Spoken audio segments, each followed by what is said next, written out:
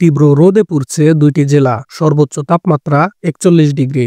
যশোর ও সিরাজগঞ্জ জেলার ওপর দিয়ে তীব্র তাপপ্রবাহ বয়ে যাচ্ছে। আর মৌলভীবাজার, ব্রাহ্মণবাড়িয়া ও রাঙ্গামাটি জেলা সহ রাজশাহী, খুলনা বিভাগের অবশিষ্ট অংশ এবং ঢাকা ও বরিশাল বিভাগের ওপর দিয়ে মৃদু থেকে মাঝারি ধরনের তাপপ্রবাহ বয়ে যাচ্ছে। আবহাওয়া অধিদপ্তরের শনিবার 29 মার্চ সকাল 9টা থেকে পরবর্তী 72 ঘন্টা পূর্বাভাসে এ তথ্য জানা গেছে। এদিন দেশের সর্বোচ্চ তাপমাত্রা রেকর্ড হয়েছে যশোর 41 ডিগ্রি সেলসিয়াস, যা বছরের সর্বোচ্চ রেকর্ড তাপমাত্রা। আর ঢাকায় সর্বোচ্চ তাপমাত্রা রেকর্ড হয়েছে 38.3 ডিগ্রি সেলসিয়াস।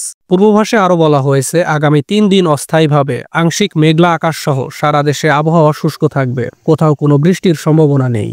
তাপমাত্রা বিষয়ে বলা হয়েছে, শনিবার সারা দেশে দিনের তাপমাত্রা প্রায় অপরিবর্তিত থাকতে পারে এবং রাতের তাপমাত্রা সামান্য হ্রাস পেতে পারে। পরদিন রোববার দিন ও রাতের তাপমাত্রা সামান্য কমবে, আর সোমবার দিন ও রাতে তাপমাত্রা কমতে পারে। বর্ধিত 5 দিনের আবহাওয়া অবস্থা সামান্য পরিবর্তন হতে পারে বলে জানিয়েছে আবহাওয়া অফিস।